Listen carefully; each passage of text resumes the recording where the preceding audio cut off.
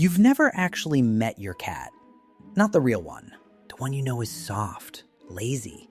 It curls up in your lap and blinks slowly at you from across the room. That version was built over 10,000 years of living next to us. It's real, but it's not the original. There's another version, one that only comes out once the lights go off. If you've ever been woken up at 3 a.m. by something crashing in the dark, you've already met it. You just didn't know what you were looking at. Most people believe the daytime cat is the real one.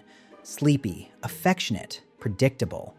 And the nighttime version? The sprinting, the staring, the sounds. That's just noise, randomness, cats being weird. But that daytime cat is a much newer invention than people realize. Cats weren't bred by us the way dogs were. They weren't shaped generation after generation into something new. They largely domesticated themselves. Drawn in by the rodents living near our first grain stores thousands of years ago. We didn't design them, we just stopped chasing them off. Which means the tame layer sitting on top of your cat is thin, recent, a surface. And every night, at almost exactly the same hour, something underneath it wakes up. In the wild, a cat's ancestors needed to make 10 to 20 separate kills a day just to survive. Not one big meal. 10 to 20 small, violent, precisely timed hunts. Because a single mouse barely covers the calories it costs to catch one.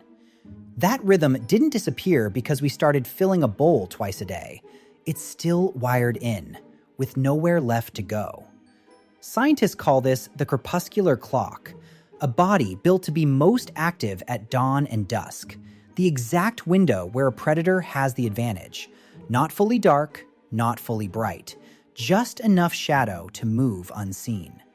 But an indoor cat doesn't live on that clock. It lives on ours, fed on our schedule, asleep through most of our daylight. So the clock doesn't reset to match us. It just relocates, straight into your hallway, straight into 3 a.m. The running isn't even the strange part. The stillness is. The cat sitting at the foot of your bed, not moving, staring at a wall, at nothing you can see. That unsettles people more than the sprinting ever does, because it looks like it's seeing something you're not. It is. Behind a cat's retina is a mirror-like layer that bounces light back through the eye a second time. That's why their eyes seem to glow at night. It's not magic. It's a second chance to see what you can't. Add to that whiskers rooted 3 times deeper than regular fur, wired directly into nerve bundles that can sense air currents shifting around objects in total darkness, and ears that rotate independently, tuned to sound almost 2 octaves higher than anything you'll ever hear. Silence isn't empty to a cat. Silence is data. That stillness is the price of catching one flicker of movement that no one else in the room would ever notice. Underneath all of it is a sequence. Stalk, chase, pounce, bite. Every single time, in that exact order. This isn't learned, it's hardwired. A kitten that has never hunted anything in its life will still perform this exact sequence the first time it sees something small move. And when there's nothing to hunt, the drive doesn't disappear, it redirects. Onto a shadow crossing the floor, onto your feet under a blanket, onto anything that moves at the wrong hour. There's a reason a falling cat almost always lands on its feet, even from a height it's never encountered before.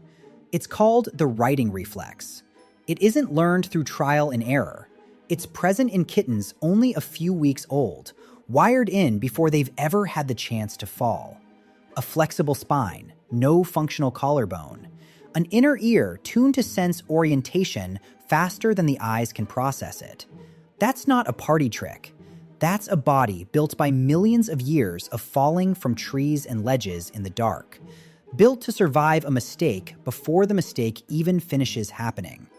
And that same nervous system that can correct a fall mid-air is the one deciding right now whether the shape in the corner of the room is worth investigating. It's not guessing. It's running calculations you'll never see the output of.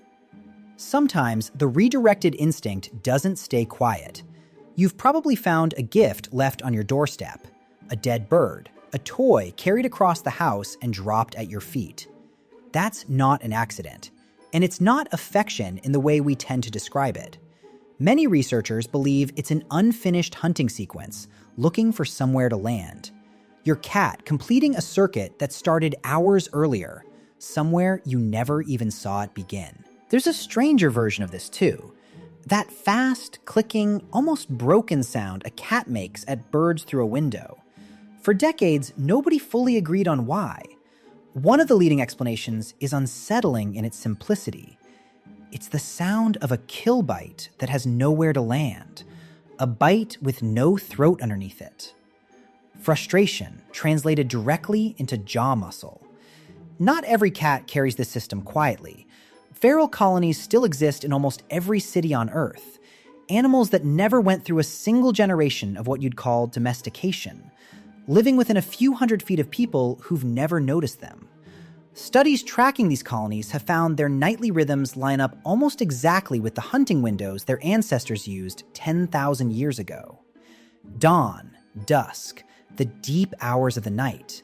Nothing about the modern world changed that schedule for them, because nothing forced it to. Your cat is genetically almost identical to those animals. The line between house cat and wild cat isn't really a different species. It's a difference of about 10 generations of comfort, sitting on top of 100,000 generations of something else. 10 generations is nothing. It's your own great-great-great-grandparents, roughly. That's the entire distance between the cat asleep on your couch and the one still living wild 2 streets away. Here's what almost nobody puts together. None of this is scattered behavior. It's not randomness. It's one continuous ancient system, and it has been running inside your cat this entire time. Underneath the naps, underneath the slow blinks, underneath every soft, lazy afternoon you've spent together. The next time your cat sits at the foot of your bed and stares at a single spot on the wall for 10 straight minutes, it isn't being weird. It's working. It's running a scan you don't have the hardware to notice. And you've been calling it crazy for years. Think about the last time your cat brought you something, or knocked something off a shelf while staring you dead in the eye. You probably read that as mischief. It might be the closest thing to a report you'll ever receive from a system that's been quietly running a hunt in your house since before you fell asleep. That soft, affectionate cat you think you know, the one who sleeps on your chest, who trusts you completely, who lets you touch its stomach without flinching, has never once stopped being the other one. It was never replaced. It was only ever sharing the body, taking turns with something far older than the relationship you think you have. And the strange part is, it isn't hiding this from you. It's not secretive.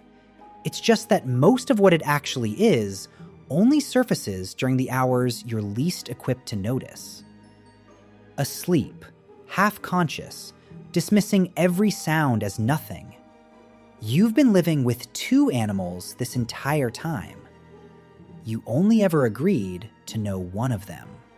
You didn't domesticate your cat. You just gave the wild one a softer place to wait between hunts.